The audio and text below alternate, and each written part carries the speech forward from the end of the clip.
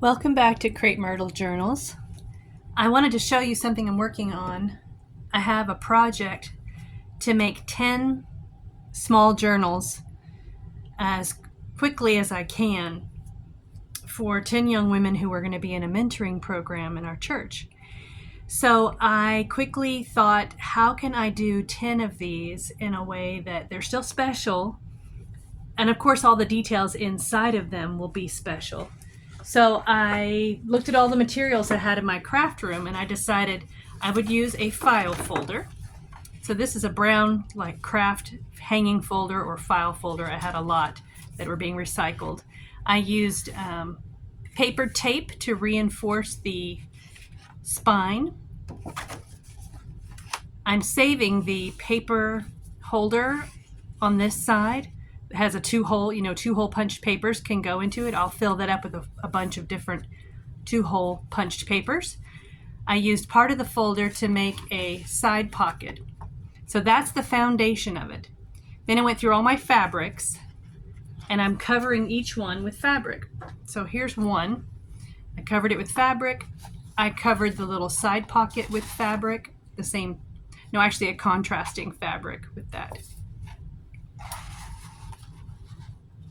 I put in a bunch of papers in the little two-hole prong that can be used in the journal. Made a little bookmark out of, I think this was a soap container. So I just stitched around it. That's one. Then I will attach pages inside. I'll show you that in another video. And I'm not sure if I will use a travel notebook style with elastic or sew the pages in. I'm leaning towards a travel notebook style.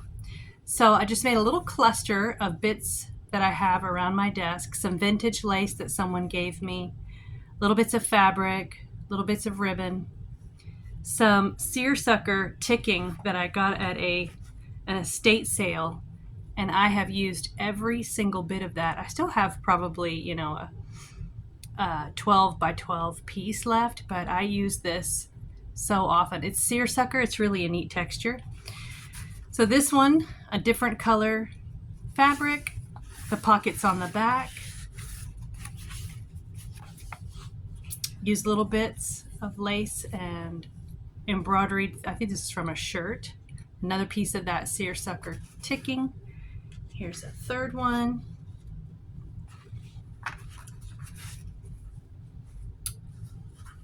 Just some, I don't know if this is called eyelash or just a very hairy looking piece of ribbon. It makes you think of birds' nests. Just little bits. Another piece of that seersucker ticking. Piece of fabric that says Inspire. This one is an unusual piece of material I got at an estate sale. So I added a little cluster on the side. And the fabric is makes me think of Art Nouveau. This is like a gold flower. It's kind of neat, but it's very unusual. And the pocket inside. I actually was trying to shorten these prongs, so I was filing them down so they wouldn't be sharp after I shortened them. Then I decided that the long prongs were just fine.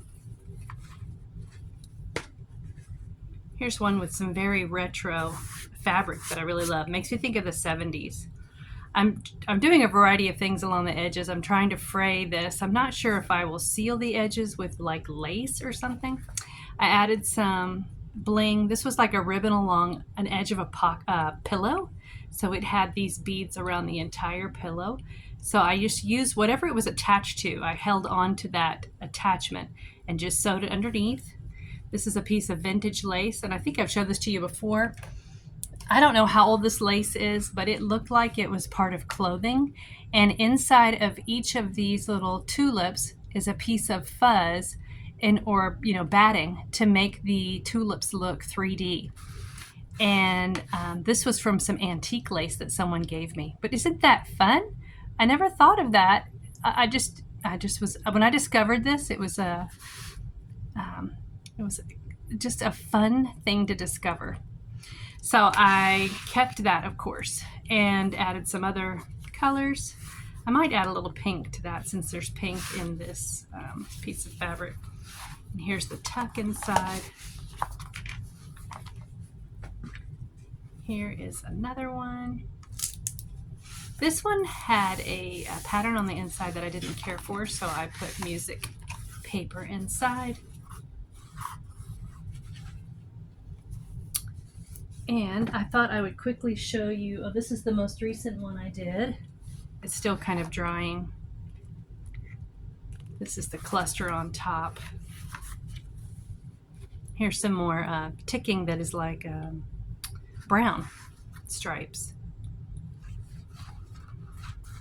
And I got most of this fabric from one of my coworkers gave me a big box of Crafty Bits, beads and fabric and paper that she no longer was going to use. And she had maybe 6 or 7 fat quarters in there. And I instantly thought, I knew this project was coming up, and I thought I can use those fat quarters to make each cover different. So the one I'm working on right now is this one, and the last piece of fabric I'm going to use is this fat quarter. So here is a just a quick demonstration of how I'm going to tear this down, glue it down, and get it ready for the sewing machine. I've got my fat quarter. I'm going to lay the folder on top of it to get the measurement.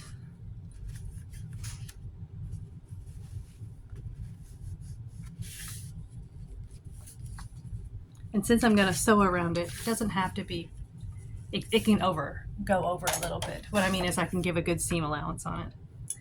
So I'm going to go here and here. And then, if you don't already know this, this is a great tip.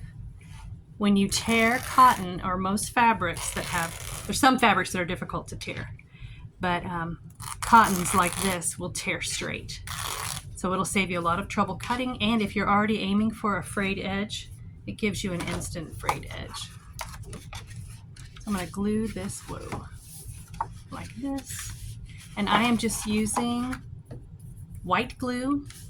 I think I got it at a flea market for 50 cents, and I mixed some Aleene's tacky glue in with it to make it a little stronger. But I use so much glue that I do not want to waste too much money when I can find glues, and there are lots of expensive mediums that I have found at my local flea market. A big tub of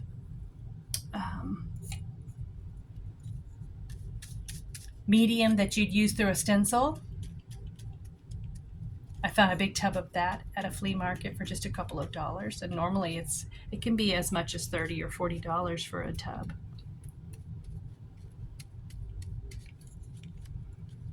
Just trying to move all that glue around so it's not too wet in one spot, but go all the way to the edge.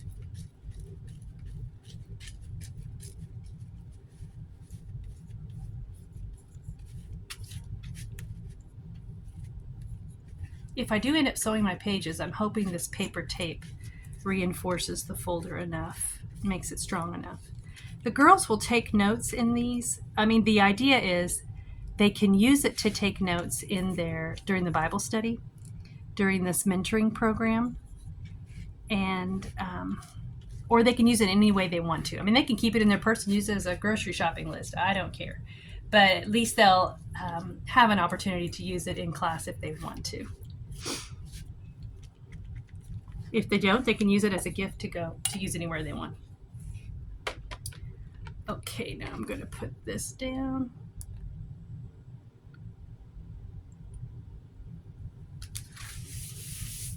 It doesn't have to be centered perfectly because I am going to trim a little bit of this, but I do want to make sure I get some of those wrinkles out. So let me work on that.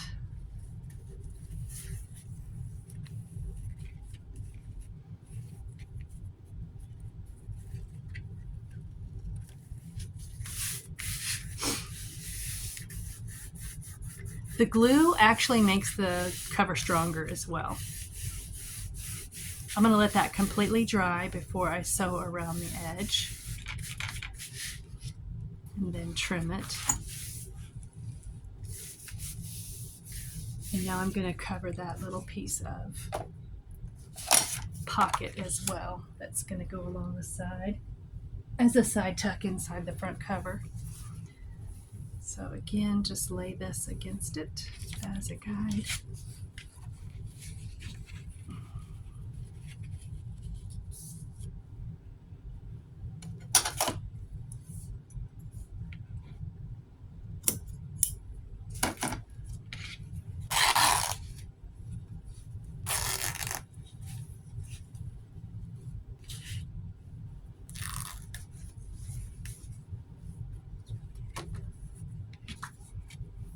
Get all these strings off.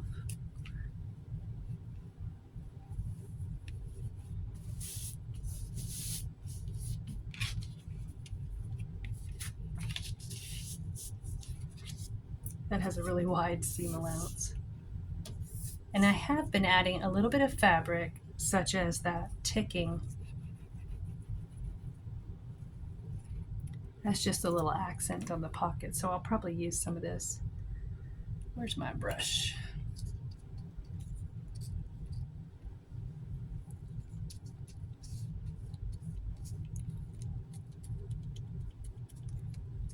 I hope that you can see that if you have simple materials like file folders, you don't need a lot of tools to make a junk journal.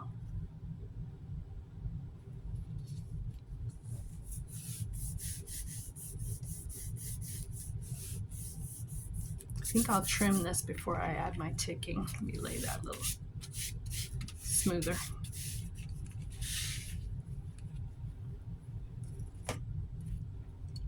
The curved side will be against the edge of the book, so this is the side I want to trim a little closer.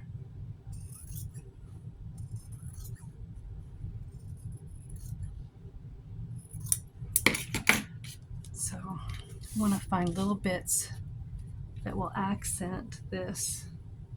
Let me get another piece of my ticking.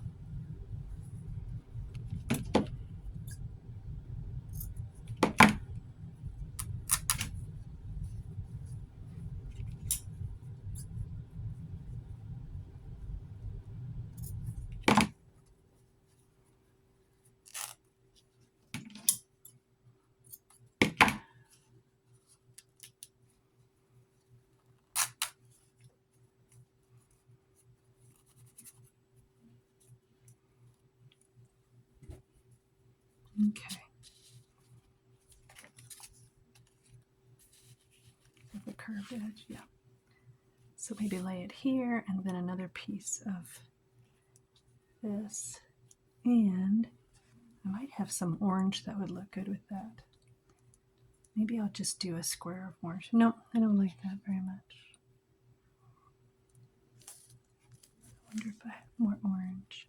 Maybe a little piece of this ribbony ruffle. Might ruffle it up first and then stick it on there. Yes, I like that. I might pin that down, pin that together so I can sew it.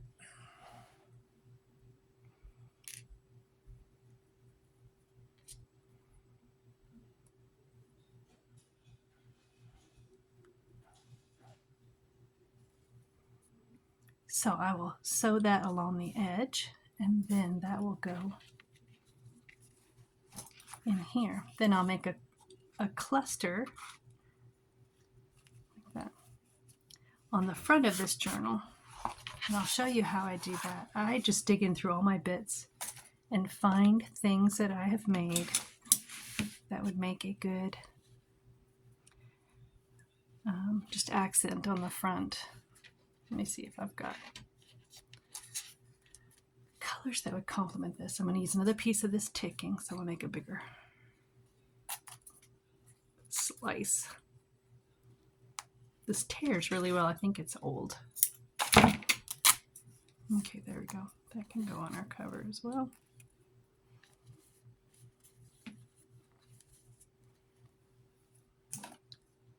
Let's see, what else would go good? That's not the right green.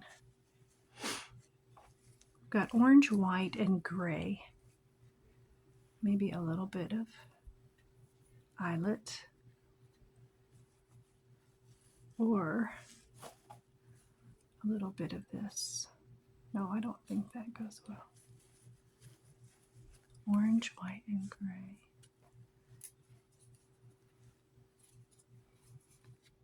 No. I might use a piece of this old lace that I used on some other ones. Actually, I don't think that goes that well with that. Wow, this fabric with the orange on it is a little greater challenge. Ah, I found a little piece of ruffle that I made in the past.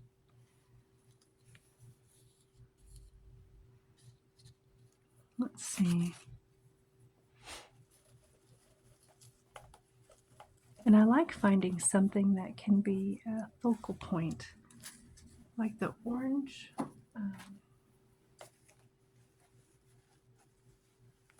Embroidered flowers. I think I have some more of that.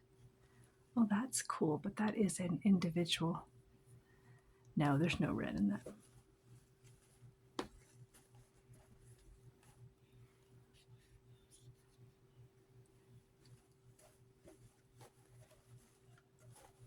I can't find those embroidered flowers.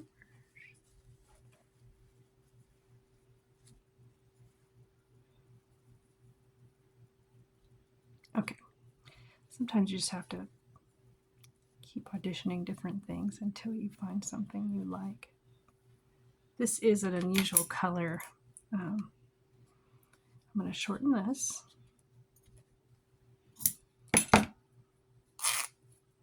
And I want something fluffy on it, like a fluffy ribbon. I've made a ton of ruffled ribbons here. Actually, I might like that instead of the blue ticking.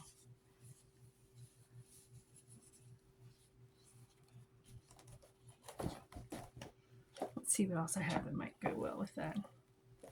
I think I definitely like that orange better than that darker orange. Actually, this wins.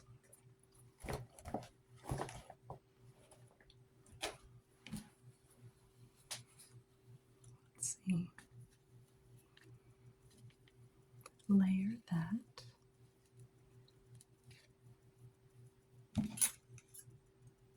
Just a little piece of that as a little accent. And that can be a bigger thing. And I might let that hang off the edge a little bit.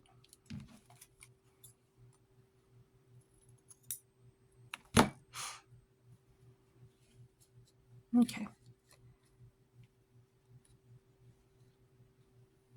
I will pin that together.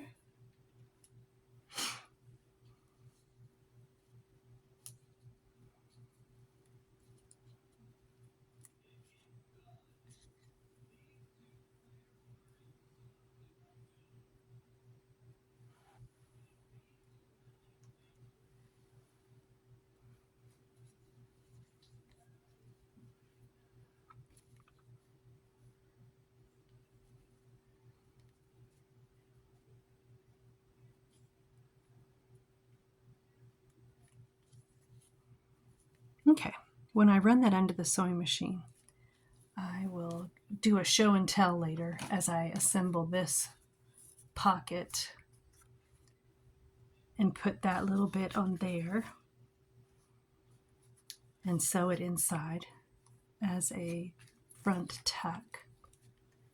I'll show you that when I'm finished with this one and the last one that I'm working on. Then I will have done, I think I'll be done with all 10. So then I will assemble the pages, and then I'll try to add neat details to each one, like choose one special feature and then do it to all 10 of them. Then find another special feature and do it to all 10 of them. That way all the girls have a very decorated journal, but mostly it's going to be left with writing space. But of course I have to add pockets for them to add any notes they get, or I'll have a bookmark. Anyway, I'm going to add lots of details to all 10 of them, but then I'll show it to you, and I can give you kind of an estimate of how long it takes. Like these 10 covers have taken me probably 30 minutes per cover. So I've made 10, so 5 hours. So I'm going to give an estimate of the kind of time it takes me to do this. Do I like that on there too?